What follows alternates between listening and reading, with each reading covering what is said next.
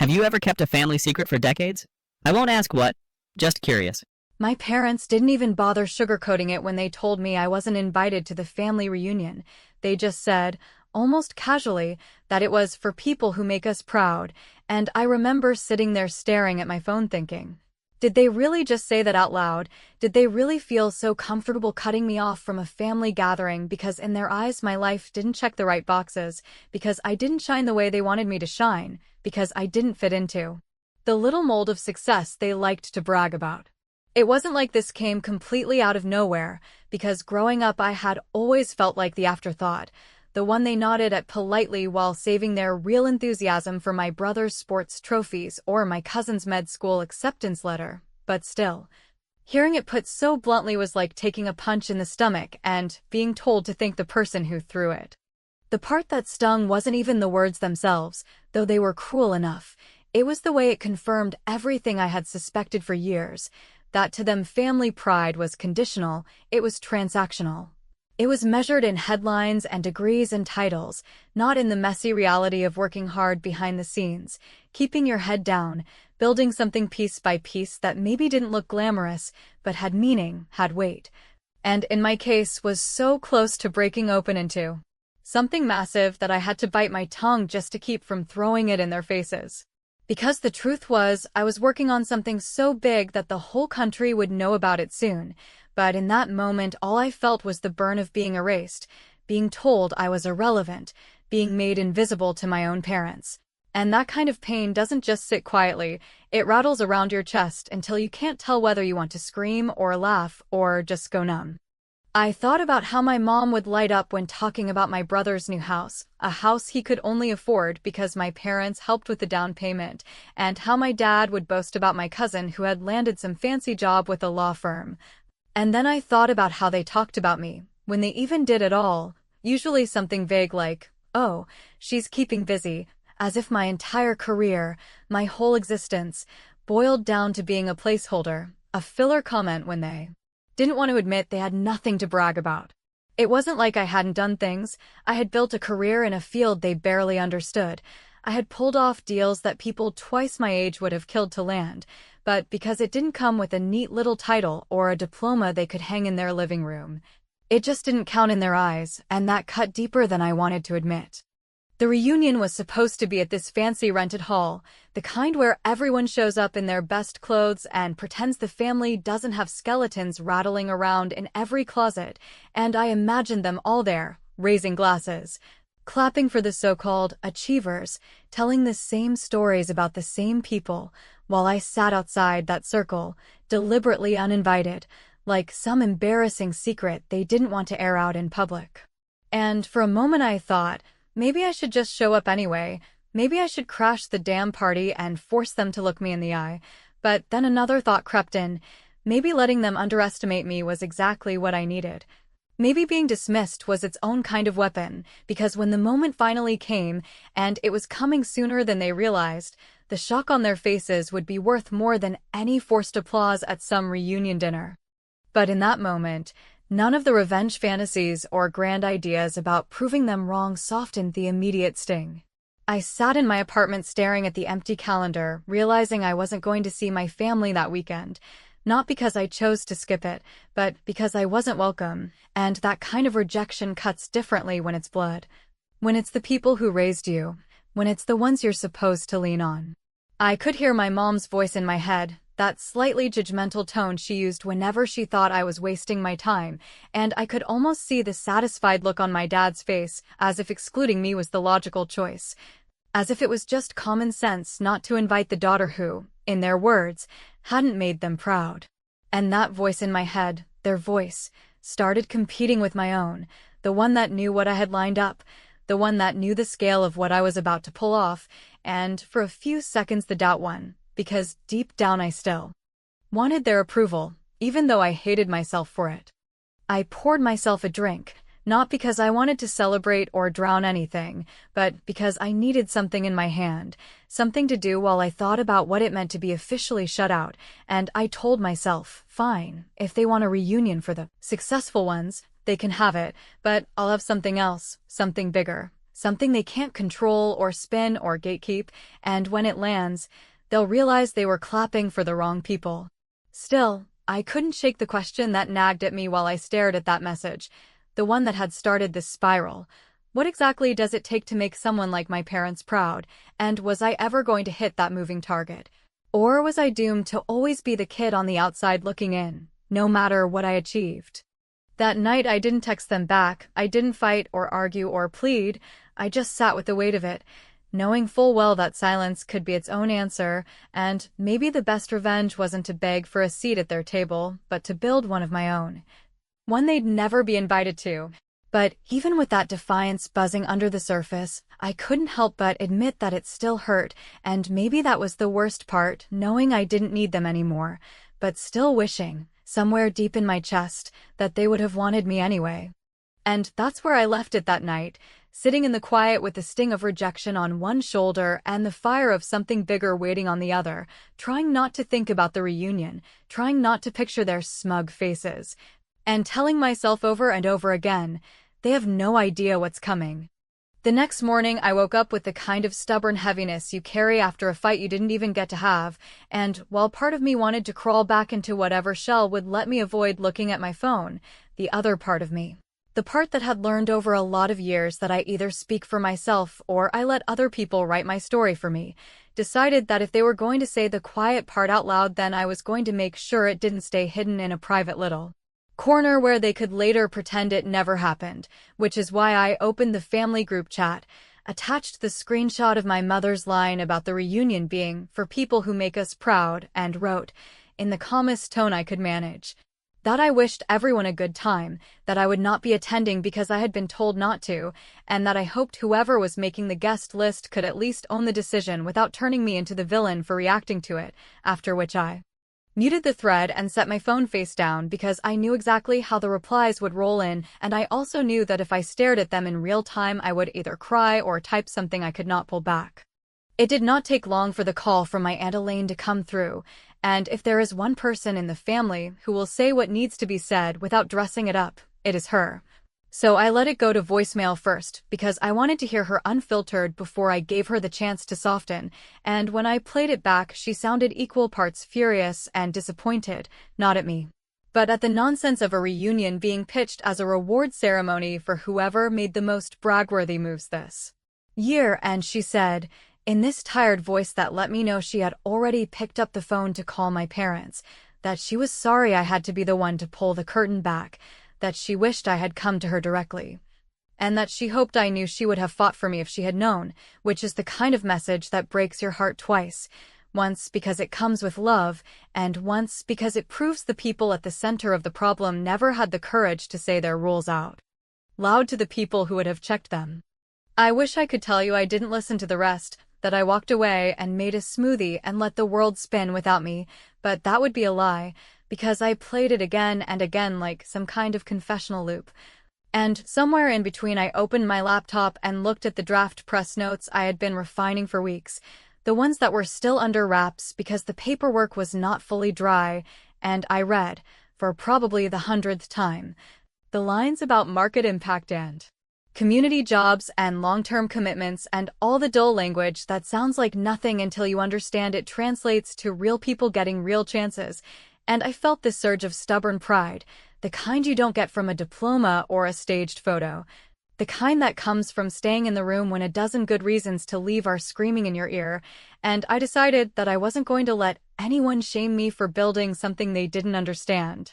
Jason texted first, of course he did, with that careful, half-joking tone he uses when he knows something is out of line but doesn't want to get caught on the wrong side of our parents' story, and he wrote that I was overreacting. That Mom hadn't meant it like that I should just come anyway and stop making a scene, which would have been funny if it hadn't been so predictable, and I typed and deleted a dozen responses before I landed on the only one that felt honest, which was me telling him that if he wanted to play semantics he could, but that until someone apologized for saying the wrong part out loud, I was going to take them at their word.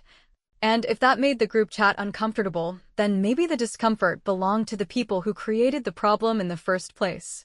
What I did not tell him, what I did not tell anyone, was that I had a call scheduled with the evening news producer who had been circling the deal for weeks. A woman named Dana who was smart enough to understand the timing and discreet enough to know why I kept pushing her off, and while I could not confirm anything yet, she wanted pronunciation for my last name and a clean headshot and a short, clear summary of the work so that when, not if, the release cleared, they could turn it fast, which is the kind of validation you do not share with a family who thinks pride is a trophy they get to award, because the only thing worse than being excluded is offering up your best thing to the people who already told you they do not want to clap for it. My dad finally called in the late afternoon, and I let it ring out because I needed the leverage of silence, and when he tried again I answered, not with tears or shouting, but with the kind of steady voice that comes from rehearsing your own worth, and I told him, as plainly as I could, that I heard their message and that I would not be attending, and that in the future, if they wanted a relationship with me that did not feel like I was auditioning for a role that had already been cast, then the basic rule was that they could not punish me for not fitting into a script they wrote without asking who I am, and he huffed and tried to drag me into some long detour about respect and tradition. And I reminded him that respect without honesty is just control with nice manners, and then I said I had to go because I was working, and yes, I used that word deliberately, because nothing irritates him more than the suggestion that my work could be something he cannot explain to his golf buddies. People will tell you not to escalate, not to air dirty laundry, not to make a scene, but what they really mean most of the time is that they want you to carry the weight of other people's behavior quietly. And I made a promise to myself a while back that I would not be the person who swallows bad treatment just to keep the room comfortable, which is why, after I hung up, I took one more step that felt like mine to take. I forwarded the screenshot and my short, calm note to my grandmother. Directly, not because I wanted her to fix it, but because I wanted her to hear it from me, and in doing that I stripped my parents of the one thing they love more than a curated image, which is the ability to manipulate the story when the damage hits. Because now there was a record, there was an honest timeline, and there was a witness who matters. If you are looking for the clean hit, the moment that makes people sit back and say finally, that was deserved, it came right then, when my grandmother called my parents and told them, in no uncertain terms, that a reunion without every child is not a reunion. It is a performance, and that if they did not fix it she would not attend, and then she called me back and said she loved me and that she was proud of me in the way that matters, which is to say not because of what my name sits next to in a headline but because of the way I carry myself when people try to make me smaller, and I thanked her, and I told her I would not be coming even if they changed their minds, because I was done being a late addition to my own family, and she paused and said, sometimes not showing up is exactly how you show who you are, and that sentence sat with me like a steadying hand on my shoulder. Late that night, after the calls and the texts and the little flare-ups had all faded to a low simmer, an email popped up from Dana with a subject line that just said timing, and in the body she wrote that barring last-minute chaos, we were green for the following evening. That the segment would run toward the end of the broadcast, and that she had a slot open if I wanted to add a very brief personal note, something about why this work mattered, and I stared at that line about a note and thought about how strange it is to choose which truth to tell when people are finally listening, and I closed the laptop without answering, because I knew the next move had to be careful. And because the one thing my parents were not going to get this time was a heads-up they could spin to make themselves look better when the cameras started rolling. The morning after the calls and the messages and the weary little speeches about respect that always seem to come out only when someone like me refuses to swallow an insult quietly, I made coffee, opened my laptop, and forced myself to read every single line of the latest draft documents without skipping ahead to the part where my name would be on a line that people who never learned how to pronounce it would read out loud on television.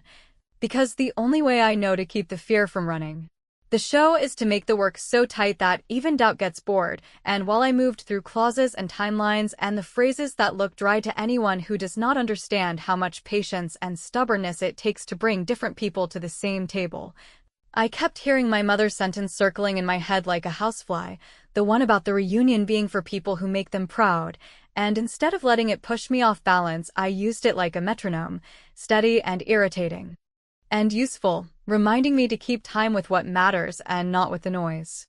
Dana had sent a clean list late the night before, the kind of checklist you only get from a producer who has seen big stories fall apart at the finish line and who still believes in getting it right, so I pulled up the items and worked through them. Headshot confirmed. Name pronunciation spelled out, short biographical line trimmed to what I was willing to live with, and then I stared at the single request that made my chest thud a little too hard, the one asking for a brief personal note they could include if time permitted, something that would help people understand why this deal mattered beyond numbers on a screen, and I sat there longer than I care to admit because I knew whatever I wrote would become the narrative whether I liked it or not. And I am done with letting other people write mine, which meant I had to choose a truth that would stand even if my parents never changed a thing. I wrote that this work matters because dignity shows up in paychecks and contracts and benefits, not in speeches and not in photo boards at family parties, and that I learned the hard way that pride is not a trophy someone else hands you.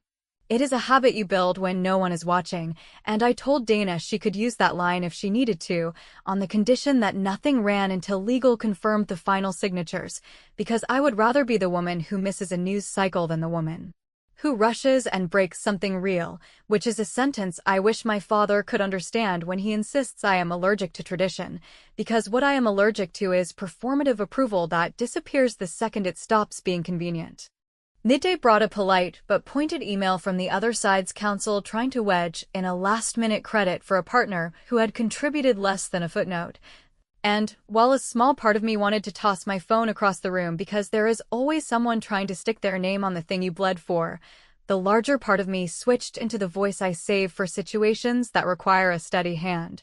And I replied with the precise language of the term sheet that shut the door. Without slamming it, copying the right people, thanking them for their attention, and leaving zero room to argue, which may not sound like revenge if you have never had to protect your work from opportunists. But to me it felt like reclaiming ground I used to give away just to keep peace that was never going to last. Somewhere in the lull after that, Jason called again with his forget-it-ever-happened tone, telling me that Mom had calmed down and that there was now a seat for me if I wanted it, and that it would mean a lot if I would just come by. Which is the kind of invitation that ignores the fact that the bruise came first and the bandage does not erase it, and I told him, without heat, that I was not available, that my evening was booked. And that next time he wanted to be helpful he could start by not treating my boundaries like a mood swing, which did not land well on his end, but did exactly what I needed on mine, which was to make it clear that access to me is not a prize you get to dangle at the last minute when you realize the optics are bad. In the afternoon I had the internal call, the one where everyone pretends they are not superstitious even though we all are, and we went around the horn confirming the final numbers, the timelines, the community commitments, and the communication plan in case anything wobbled after it hit the wire, and when it was my turn I kept it simple. I confirmed readiness, I reiterated the embargo. And I made one quiet change that had nothing to do with vanity and everything to do with accountability, which was adding a single line to the press note that credited the neighborhood organizations who had stayed at the table through the slow parts. Because the first time I did something big I let a louder partner erase them, and I have promised myself never to repeat that mistake. And when legal approved the revision, I felt a kind of grounded relief that had nothing to do with headlines and everything to do with being able to look myself in the mirror. Right around early evening, when the reunion photos started trickling into the group chat with all the predictable captions about family and legacy and gratitude that always seem to bloom right after someone has been pushed out of the frame, Dana texted to ask whether I wanted to record a 10-second bumper just in case they decided to cut to me live, and I thought about it for a long minute, about whether giving the story my voice would come off like a victory lap, and then I decided that silence is one thing when you are protecting the work, but it is another thing when you are hiding yourself, so I opened my voice memo app, took a breath, and recorded a single take that said I was grateful for the teams who stuck with it, that big things happen in rooms without applause, and that if someone out there needs to hear it from a stranger, you are allowed to be proud of yourself even if no one at your table is clapping, which I sent to Dana with a simple note that if they had time, they could use it, and if not, the work would speak for itself. The small, wicked part of me that still remembers every time I was told to be smaller, wanted to do something dramatic, to call the venue and put the broadcast on every screen, or to text a link to the entire family with a winking line about pride. But I have learned that the sharpest blade is restraint used with intention, so instead I scheduled one quiet post to go live the moment the segment ended. Not a victory lap, not a speech, just a clear statement of what was accomplished and who it would help, and I set my phone to do not disturb with emergency bypass for my grandmother and for Dana, because the only people who get through in the moment I have earned are the people who told me I did not need to beg for my seat. And just as I finished that tiny act of self-protection, the email from legal landed with a single line that said all signatures confirmed and embargo lifted, which is when Dana's name lit up on my screen with a message that read, "We are moving you to the top of the hour. Can you take a call in 5?" And I smiled without triumph, because this was never about proving them wrong. It was about proving to myself that I could hold my ground. And then I answered with one word that felt like a door unlocking. And the line clicked as the studio music faded up. I decided that if I was going to be erased from a room I had spent my whole life trying to earn my way into, then I would give myself a different kind of room altogether. So I made a simple dinner, set my phone face down so the group chat photos would pile up without my attention, and took Dana's call with the kind of steady voice you only get when you have already cried the tears you are willing to give a situation, and we went over the final timing. The anchor's lead, the on-air lower third, with my name spelled the way my grandmother says it, and the short bumper she wanted me to read at the end if we had the seconds, which we both knew could disappear if any breaking story jumped the queue, so I agreed to keep it tight, to say only what mattered. And then I hung up and looked at the wall clock that I had never once cared about and told myself I could sit through 1 hour without checking the chat even once, because I had work to do that did not involve performing good daughter or good sister for people who were very comfortable telling me I was not good enough. The broadcast rolled in that familiar rhythm where the big headline lands first, and then the anchor's voice softens to bring the audience into the piece that will matter in kitchens and break rooms the next morning. And when my segment came up with the drone shot they love and the graphic package that looked like money without naming money, I listened for mistakes and heard none. I watched the anchor hit every number we had cleared in legal. And then my face appeared in a tight frame, and I did not think about my mother's text or my father's lectures about legacy or my brother's shrugging little peacekeeping messages. I thought about the hours at tables where no one clapped. The disagreements that did not end with a handshake, but with someone choosing to try again anyway, and I said, as calmly as I could, that what we finalized today will put real paychecks in real homes, and that the thing I have learned most in the last few years is that pride is not something you wait for someone else to hand you. It is something you practice by showing up when no one is applauding. And then I paused just long enough to make sure the next sentence would land, because I knew it would be the one that cut through, and I said, "This is for anyone who has been told they do not belong at the table. Build your own and do not apologize for it." And I let the producers cut back to the anchor while I exhaled in the quiet of my living room. The text buzz started before the segment even ended, because the push alerts went out with my name and the photos ran wide on social, and in the muted corner of my screen I saw Jason's name pop up with a single line that tried to be light and failed.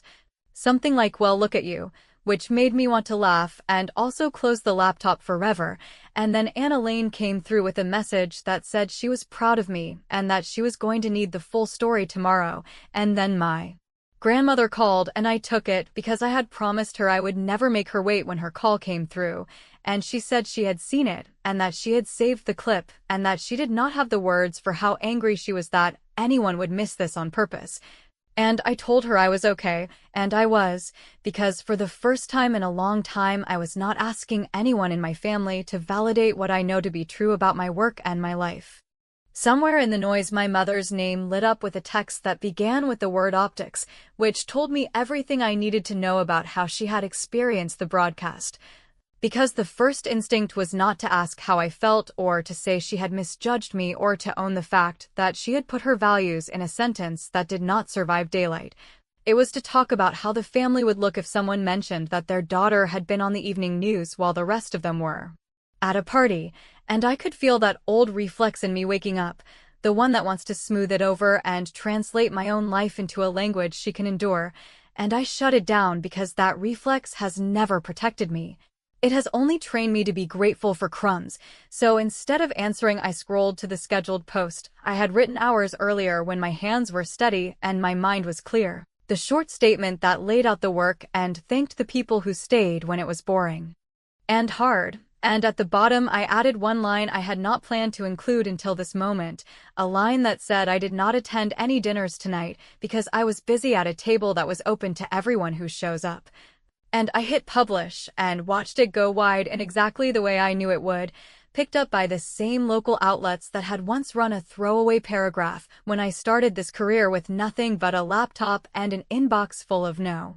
Then the part that will sound petty but is not, at least not to me, because it is not about spite, it is about control. Happened when I went into my phone settings and created a little list where my grandmother and Anna Lane and Dana could get through and everyone else went to voicemail.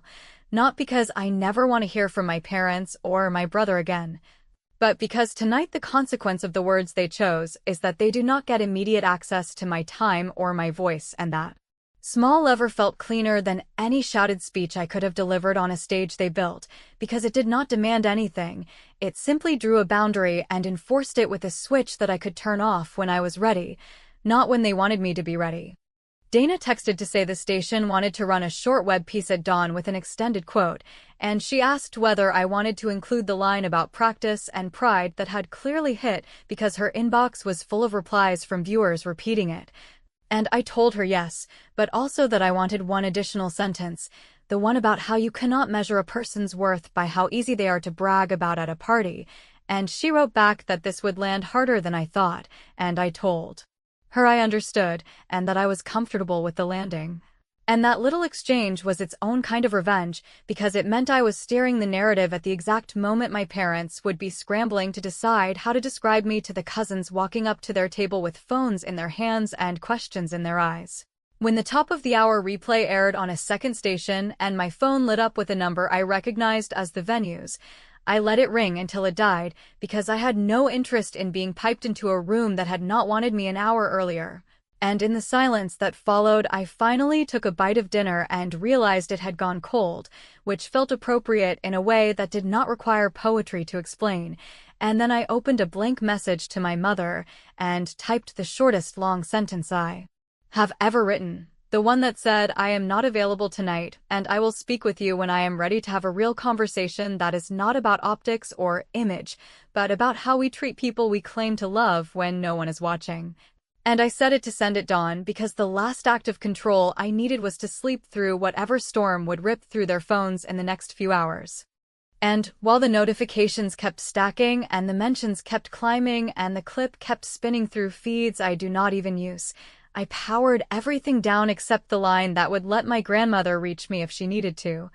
And I let the quiet do what it always does when you finally let it stand, which is make the message louder than anything you could have said at a microphone. And just before I fell asleep, another text slid into the lock screen from a number I did not recognize with a subject line that made my stomach flip, because it was an invitation to a morning segment that would push this even further into the kind of attention you cannot undo. And I knew that whatever I chose next would decide whether tonight was a clean victory or just the opening move of something bigger, so I closed my eyes and told myself I would decide in the morning, which is exactly when my mother's last message of the night came through with a single line that said, "Call me right now," and that is where I left it, with the phone face down and the next move mine. Morning came fast and messy, with the phone lighting up like a cheap slot machine and the voicemail counter jumping while my Do Not Disturb setting held the line exactly the way I needed it to. And after a minute of watching the screen flood with congratulations from people who never once asked what I was building, thinly disguised questions from cousins who were clearly standing in my parents' kitchen fishing for a version of events they could repeat later, and a string of messages from my mother that ran the full length from performative pride to managerial damage control, I decided that if the night before had been about not asking for entry, this morning would be about what I do with the key I made for myself. Which is why I answered only 2 calls, my grandmother first, because promises matter, and Dana second, because clean timing matters more than any victory lap ever will. Before the studio car arrived, I sat at the table with a pad of paper, not to write talking points, because I already knew exactly what I would and would not say, but to write the sentence that would be the spine of the day. The one I could return to if the conversation slid towards spectacle or pity, and it came out of me in one long line that surprised even me with how simple it was, that pride without inclusion is just branding, and that families, companies,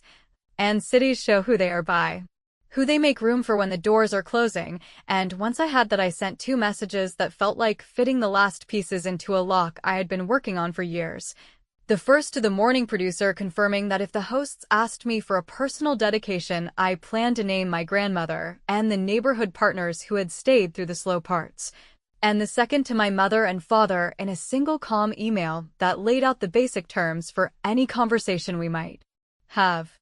later, which were not elegant or legalistic or dramatic, just 3 plain conditions they would recognize in their bones. Say exactly what you said about pride in the family chat without spin, apologize to the same group without qualifiers, and agree in writing that this ranking system dies today. And until those 3 things happen, we will not be talking about optics or holiday plans or who meant what, because I am not leaving the door unlocked for a story I did not write. The studio itself was a blur in the way those places always are, bright and fast and full of voices, but the questions were clean and the anchor had done her homework. And when she asked what the moment meant to me, I did not rehearse anything or paint myself into a saint. I just told the truth as I understand it now, that I am proud of the work because it pays people and stabilizes homes and turns meetings into paychecks. And that I am also proud of how I handled last night because not showing up to a table that required me to shrink was not a tantrum, it was discipline, and then she handed me the opening I had asked for, the chance to dedicate the moment. And I said I wanted to thank my grandmother by name for reminding me that love without honesty is just control with nice manners, and I wanted to thank the community groups who refused to let their needs be reduced to a photo caption. And then I took the breath I had been saving and added one more line that I had not offered anyone the night before, which was the announcement that a portion of my fee was being put into a small grant fund named for the phrase that had kept me up all night, the Not Invited Fund, meant for people who are doing necessary work outside the rooms where applause is available, with the first checks going to neighborhood partners and to a scholarship in my grandmother's name. And I let the silence sit for a beat because I wanted the words to land without me polishing them. Back in the car, I finally allowed myself the petty satisfaction of checking the group chat, not to feed on their discomfort, but to make sure the record stayed accurate. And right on cue, my mother had posted a long paragraph that pretended no one had ever said anything ugly, full of soft phrases about miscommunication and timing and how proud they had always been, which would have slid by in any other year because I would have lost my nerve and accepted the hug without asking for the apology.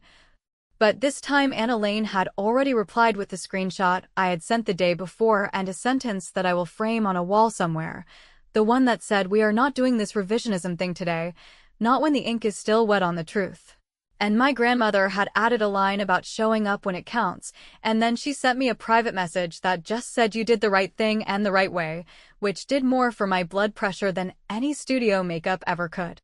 My father called 3 times in a row and left a voicemail that dragged its feet toward what could have been an apology if you squinted, and I made myself listen all the way through because there is always the part of me that wants to believe people will surprise me. But when he landed on a sentence about how the family had to be careful with its image because of the attention, I understood that we were still playing different games, and I decided the cleanest revenge would be the one I had been building since last night without calling it that, which was refusing to be baited into the old dance where I take the heat so that everyone else can keep their hands clean, which is why I did not answer, and instead forwarded the same 3 conditions again. Not as a dare, but as a boundary that would not bend just because the cameras had turned. Then came the thing I am most proud of because it took me the longest to learn, which is the choice to end a winning day by honoring the people who kept me standing instead of chasing the people who want my win more than they want me. So I booked a long table at the diner my grandmother loves, asked Anna Lane to bring whoever she wanted, invited 3 of the neighborhood organizers who had held me accountable when it would have been easier to cut corners, and texted my team to meet us there. After work, And when we sat down and the waitress rolled her eyes at our ridiculous order that mixed celebration with comfort, I raised a glass of whatever was in front of me and said the words I had needed to hear for a long time. That this is my reunion, and these are the people who make me proud, and we laughed, and there were tears, and not once did I feel the need to translate myself into something palatable for someone else's brag reel. By the time I got home, the web piece was up with the line about practice and pride pinned to the top. The fund inbox had more applications in an hour than I expected in a week. And the clip from the morning show had already been chopped into the kind of snippet that gets passed around by strangers who do not know me and do not need to.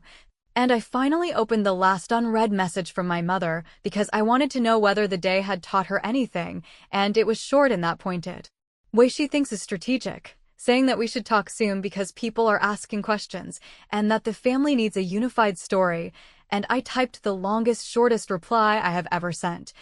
The one that said we will talk when the 3 conditions are met and not a minute before, that I love you and I am done performing worth for anyone, and then I put the phone face down again and let the quiet do the work. If you want the ribbon on the box, it is this, that I went to bed not gloating and not grieving, but steady, because the last move in the plan was never to humiliate anybody, it was to stop letting anyone else hold the mic on my life.